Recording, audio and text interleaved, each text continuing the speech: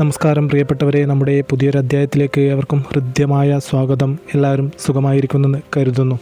നമ്മുടെ വിശ്വാസം അനുസരിച്ച് ഓരോ മനുഷ്യൻ്റെയും ജീവിതത്തിനും കുടുംബ ഭദ്രതയ്ക്കും ഐശ്വര്യത്തിനും ചില പ്രത്യേക നിയമങ്ങളും നിഷ്കർഷകളും പറഞ്ഞിട്ടുണ്ട്. നാം ജീവിക്കുന്ന ഈ സമൂഹത്തിൽ ഒട്ടനവധി മനുഷ്യരുമായി നാം ദിവസേന സമ്പർക്കം പുലർത്തുന്നു. നമ്മൾ അയൽവാസികൾ, സുഹൃത്തുക്കൾ, ബന്ധുക്കൾ, സഹപ്രവർത്തകർ എങ്ങനെ വലിയൊരു സൗഹൃദ വലയം നമുക്ക് ചുറ്റുമുണ്ട്. അതുകൊണ്ട് തന്നെ നാം പരസ്പരം സഹായിച്ചും സാധനങ്ങൾ കൈമാറിയും ജീവിക്കുന്നത് മനുഷ്യ സഹജമായ ഒരു കാര്യം തന്നെയാണ്. ചിലപ്പോൾ സ്നേഹത്തിൻ്റെ പുറത്ത് അത്യാവശ്യ ഘട്ടങ്ങളിൽ നാം മറ്റുള്ളവർക്ക് സാധനങ്ങൾ കൊടുക്കാറുണ്ട്, അവരിൽ നിന്ന് സാധനങ്ങൾ വാങ്ങാറുമുണ്ട്. എന്നാൽ നാം ചിന്തിക്കാത്ത അല്ലെങ്കിൽ നാം കാണാത്ത ഒരു മറുവശം ഇതിനുണ്ട്. പ്രപഞ്ചത്തിലെ എല്ലാ വസ്തുക്കൾക്കും അതിൻ്റേതായ ഒരു ഊർജ്ജമുണ്ട്. അത് പോസിറ്റീവാകാം, നെഗറ്റീവാകാം. അതുപോലെ തന്നെയാണ് മനുഷ്യൻ്റെ മനസ്സും. അതായത് എല്ലാവരുടെയും മനസ്സ് ഒരുപോലെയല്ല. പുറമേ ചിരിച്ചുകൊണ്ട് നമ്മളോട് സംസാരിക്കുന്ന എല്ലാവരും ഉള്ളുകൊണ്ട് നമ്മെ സ്നേഹിക്കണമെന്നില്ല.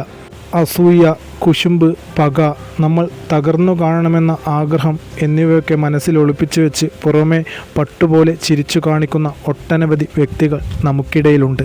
നമ്മെ നശിപ്പിക്കാനായിട്ട് മറ്റുള്ളവർ കരുതിക്കൂട്ടി നമ്മുടെ വീടുകളിലേക്ക് പല സാധനങ്ങളും കൊണ്ടുവന്നു തരാറുണ്ട്. എന്നാൽ പ്രിയപ്പെട്ടവരെ, അവർ ചിരിച്ചുകൊണ്ട് തരുന്ന സാധനങ്ങൾ അവരുടെ ഉള്ളിലിരിപ്പ് അറിയാതെ നമ്മൾ ഇരുകൈയും നീട്ടി സന്തോഷത്തോടെ സ്വീകരിച്ച് വീട്ടിൽ വയ്ക്കുന്നു.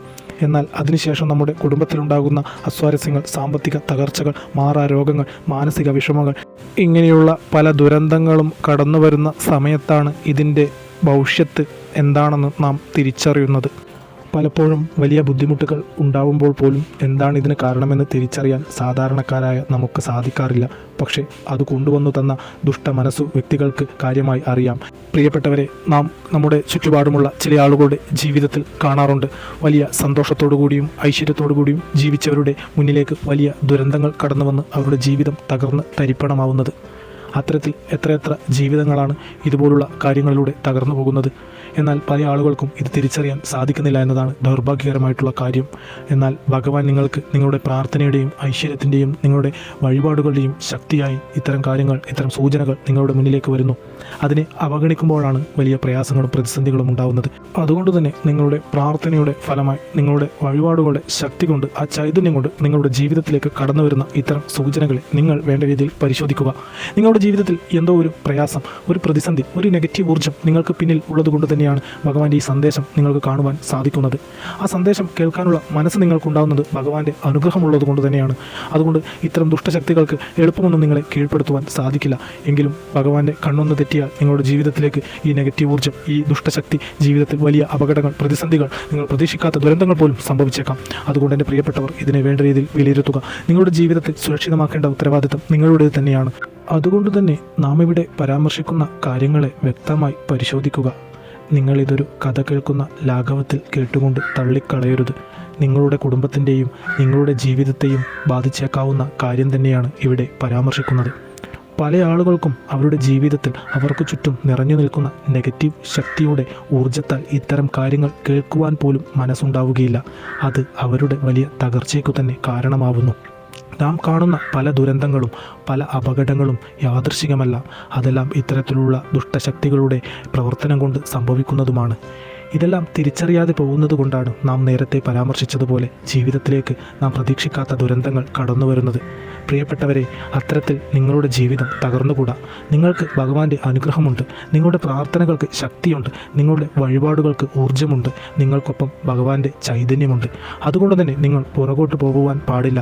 നിങ്ങളുടെ ജീവിതം തകർക്കുവാൻ വേണ്ടി നിങ്ങളുടെ കൈകളിലേക്ക് തരുന്ന എന്ത് വസ്തുക്കളായാലും അതിനെക്കുറിച്ച് നിങ്ങൾക്ക് കൃത്യമായ ധാരണയുണ്ടാവണം. നിങ്ങളുടെ ജീവിതം തകർക്കാൻ വരുന്ന നെഗറ്റീവ് ഊർജ്ജത്തെ, ദുഷ്ടശക്തികളെ പ്രതിരോധിക്കുക എന്നത് നിങ്ങളുടെ ഉത്തരവാദിത്തമാണ്. ഭഗവാൻ നിങ്ങൾക്ക് വഴികാട്ടിയായി നിങ്ങളുടെ മുന്നിൽ തന്നെയുണ്ട്. ഭഗവാന്റെ ചൈതന്യവും അനുഗ്രഹവും ഉള്ളതുകൊണ്ട് തന്നെയാണ് ഇത്തരം സന്ദേശങ്ങൾ നിങ്ങൾക്ക് കാണുവാൻ സാധിക്കുന്നത്. അതിനെ വേണ്ട രീതിയിൽ വിലയിരുത്തുകയും വേണ്ട പ്രതിരോധ മാർഗങ്ങൾ എന്തൊക്കെയാണെന്ന് പരിഹാര മാർഗങ്ങളും സ്വീകരിച്ചുകൊണ്ട് മുന്നോട്ട് പോവുക. അതോടൊപ്പം നാം മനസ്സിലാക്കേണ്ടത് ദുഷ്ടലാക്കോടെ മറ്റുള്ളവർ തരുന്ന കാര്യങ്ങൾ മാത്രമല്ല, നമ്മൾ അറിഞ്ഞുകൊണ്ടല്ലാതെ തന്നെ വളരെ അശ്രദ്ധമായി കൊടുക്കുകയും വാങ്ങുകയും ചെയ്യുന്ന ചില സാധാരണ വസ്തുക്കളിലൂടെയും നമുക്ക് വലിയ നാശവും ദോഷവും സംഭവിക്കാം. അതുകൊണ്ട് ചില വസ്തുക്കൾ കൈമാറ്റം ചെയ്യുന്ന സമയത്ത് നാം വളരെയധികം ശ്രദ്ധിക്കേണ്ടതുണ്ട്. ഏതൊക്കെ വസ്തുക്കളാണ് നാം അത്തരത്തിൽ ശ്രദ്ധയോടുകൂടി കൈമാറേണ്ടതെന്ന് നമുക്ക് വിശദമായി പരിശോധിക്കാം. പ്രിയപ്പെട്ടവരെ, ഇതോടൊപ്പം മറ്റൊരു കാര്യം കൂടെ പറയാം. നിങ്ങളുടെ ജീവിതത്തിൽ ഇത്തരം നെഗറ്റീവ് ഊർജ്ജത്താലും മറ്റ് ദോഷക്രിയകളാലും ബുദ്ധിമുട്ടുന്നവരാണ് നിങ്ങളെങ്കിൽ ചൊവ്വ വെള്ളി ദിവസങ്ങളിലും വിശേഷാൽ ദിവസങ്ങളിൽ നടക്കുന്ന നമ്മുടെ പൂജാ വഴിപാടുകളിൽ പങ്കാളിയാവുക. ഈ ശക്തിയേറിയ പൂജാ വഴിപാടുകൾക്ക് നിങ്ങളുടെ ജീവിതത്തിൽ ബാധിച്ചിരിക്കുന്ന എല്ലാ നെഗറ്റീവ് ഊർജ്ജത്തെയും ഇല്ലാതാക്കി ജീവിതത്തിൽ സമാധാനവും സന്തോഷവും ഐശ്വര്യവും സമ്പത്തും കൊണ്ടുവരുന്നതിന് വളരെയധികം സഹായിക്കും. അതിനായി നിങ്ങളുടെ പേരും നാളും താഴെ കമൻറ്റായി രേഖപ്പെടുത്തുക. അതോടൊപ്പം തന്നെ ക്ഷേത്രത്തിൽ ദർശനം നടത്താൻ സാധിക്കാത്ത ഇത്തരം ബുദ്ധിമുട്ടുകൾ കൊണ്ട് വലയുന്ന ധാരാളം ആളുകൾ നമുക്കിടയിലുണ്ട്. നിങ്ങളുടെ സുഹൃത്തുക്കളിലും ബന്ധുമിത്രാദികളിലും എല്ലാം ഉണ്ട്. അത്തരം ആളുകളിലേക്ക് നമ്മുടെ ഈ ഒരു അധ്യായം ഷെയർ ചെയ്യുക. നിങ്ങളുടെ ഈ ഷെയറിലൂടെ അവർക്ക് നമ്മുടെ പൂജാ വഴിപാടുകളിൽ പങ്കാളിയാവുന്നതിനും അവരുടെ ജീവിതത്തിൽ ബാധിച്ചിരിക്കുന്ന കണ്ണേറ്, ശത്രുദോഷം, പ്രാക്ക്, മറ്റ് നെഗറ്റീവ് ക്രിയകളാൽ ബുദ്ധിമുട്ടുന്ന എല്ലാ ദോഷങ്ങളും അകറ്റി ജീവിതത്തിലേക്ക് പോസിറ്റീവ് ഊർജ്ജം കടന്നു വരുന്നതിന് സഹായിക്കും. അതുകൊണ്ട് തന്നെ നിങ്ങൾ ഈ ഒരു അധ്യായം ഷെയർ ചെയ്യുക. അതോടൊപ്പം എന്നെത്തിയും പോലെ നിങ്ങളുടെ വിലയേറിയ ലൈക്കുകൾ ഈ അധ്യായത്തിന് ചെയ്യുക. അധ്യായം കേൾക്കുന്ന എല്ലാവരും ഓം നമഃശിവായ എന്ന് കമൻറ്റായി രേഖപ്പെടുത്തുക. നിങ്ങൾ മനസ്സിലാക്കുക, എള്ള്, അതായത് കറുത്ത എള്ളും വെളുത്ത എള്ളും, നമ്മുടെ ശാസ്ത്രപ്രകാരം എള്ള് എന്നത് ശനിദേവനുമായും പിതൃകർമ്മങ്ങളുമായും വളരെയധികം ബന്ധപ്പെട്ടിരിക്കുന്ന ഒരു പുണ്യവസ്തു തന്നെയാണ്. അതുകൊണ്ട് തന്നെ ഇതിൻ്റെ കൈമാറ്റത്തിൽ അതീവ ശ്രദ്ധ ഉണ്ടാവണം. കറുത്ത എള്ളായാലും വെളുത്ത എള്ളായാലും ഒരു കാരണവശാലും മറ്റൊരാൾ നമ്മുടെ വീട്ടിലേക്ക് കൊണ്ടുവന്നു തന്നാൽ അത് വാങ്ങാൻ പാടുള്ളതല്ല. തീർത്തു പറയാം, അത് വേണ്ട എന്ന്. അതുപോലെ തന്നെ എള്ള് നമ്മൾ മറ്റൊരാൾക്ക് നേരിട്ട് കൊടുക്കാനും പാടില്ല. ഇനി ഇങ്ങനെ സംഭവിച്ചു കഴിഞ്ഞാൽ നമ്മുടെ അയൽപക്കക്കാരനോ ബന്ധുക്കളോ അത്യാവശ്യ കാര്യത്തിനൊരൽപ്പം എള്ളു ചോദിച്ചു വന്നു കഴിഞ്ഞാൽ കൊടുക്കാതിരിക്കാൻ നിർവാഹമില്ലാത്ത സാഹചര്യമാണെങ്കിൽ അതൊരു പാത്രത്തിലോ കവറിലോ ഇട്ട് ഒരു മേശപ്പുറത്തോ തറയിലോ വെച്ച് കൊടുക്കുക. ഒരിക്കലും അവരുടെ കൈകളിലേക്ക് വെച്ച് കൊടുക്കരുത്. അപ്പോൾ നിങ്ങൾ കടയിൽ നിന്ന് എള്ളു വാങ്ങുന്നതിനെക്കുറിച്ച് ആലോചിക്കും. അത് മറ്റൊരാളുടെ കയ്യിൽ നിന്നല്ല വാങ്ങുന്നതെന്ന് ചോദിക്കും. ഇതിന് ദോഷമില്ലേ? കാരണം കടയിൽ നിന്ന് വാങ്ങുമ്പോൾ അത് നാം പൈസ കൊടുത്ത് വിലയ്ക്കാണ് വാങ്ങുന്നത്. അത് സൗജന്യമല്ല. ആത്മീയമായി പറയുകയാണെങ്കിൽ നമ്മൾ ഒരാളുടെ കയ്യിൽ നിന്നും സൗജന്യമായി എള്ളു വാങ്ങുമ്പോൾ അയാൾ ജീവിതത്തിൽ ചെയ്തിട്ടുള്ള എല്ലാ ദുഷ്കർമ്മങ്ങളും പാപങ്ങളും നമ്മൾ ഏറ്റെടുക്കുന്നു എന്നാണ് അർത്ഥം. അതായത് നിങ്ങളുടെ ദുഷ്പ്രവൃത്തികളുടെ ഫലം നാം കൂടെ അനുഭവിച്ചു കൊള്ളാം എന്ന് പറയുന്നതിന് തുല്യമാണിത്. ഇനി രണ്ടാമത്തെ വസ്തു നമുക്കെല്ലാം അറിയുന്ന കാര്യം തന്നെയാണ്. ഉപ്പ് എന്നത് സാക്ഷാൽ മഹാലക്ഷ്മിയുടെ പ്രതീകമാണ്. നെഗറ്റീവ് ഊർജ്ജത്തെ വലിച്ചെടുക്കുവാനും പോസിറ്റീവ് ഊർജ്ജം നൽകുവാനും ഉപ്പിന് പ്രത്യേക കഴിവുണ്ട്. ഉപ്പ് നമ്മുടെ വീട്ടിൽ ഒരു കാലത്തും തീർന്നു പോകാൻ പാടുള്ള ഒരു വസ്തുവല്ല. നമ്മുടെ സ്വന്തം കുടുംബത്തിലുള്ളവർക്ക് പോലും ഉപ്പ് കൈകൊണ്ട് നേരിട്ട് നൽകുന്നത് വലിയ ദോഷമാണ്. പ്രിയപ്പെട്ടവരെ, വീട്ടിലുള്ളവർക്കാണെങ്കിൽ പോലും ഉപ്പ് കൊടുക്കുമ്പോൾ ഒരു പ്ലേറ്റിലോ ചെറിയ പാത്രത്തിലോ ആക്കി സ്പൂണിലിട്ട് കൊടുക്കുക.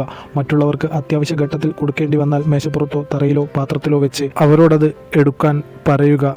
നിങ്ങൾ ശ്രദ്ധിക്കുക, സന്ധ്യാസമയങ്ങൾ വിളക്ക് വെക്കുന്ന നേരത്ത് ഒരു കാരണവശാലും ഉപ്പ് മറ്റൊരാൾക്ക് കൊടുക്കരുത്.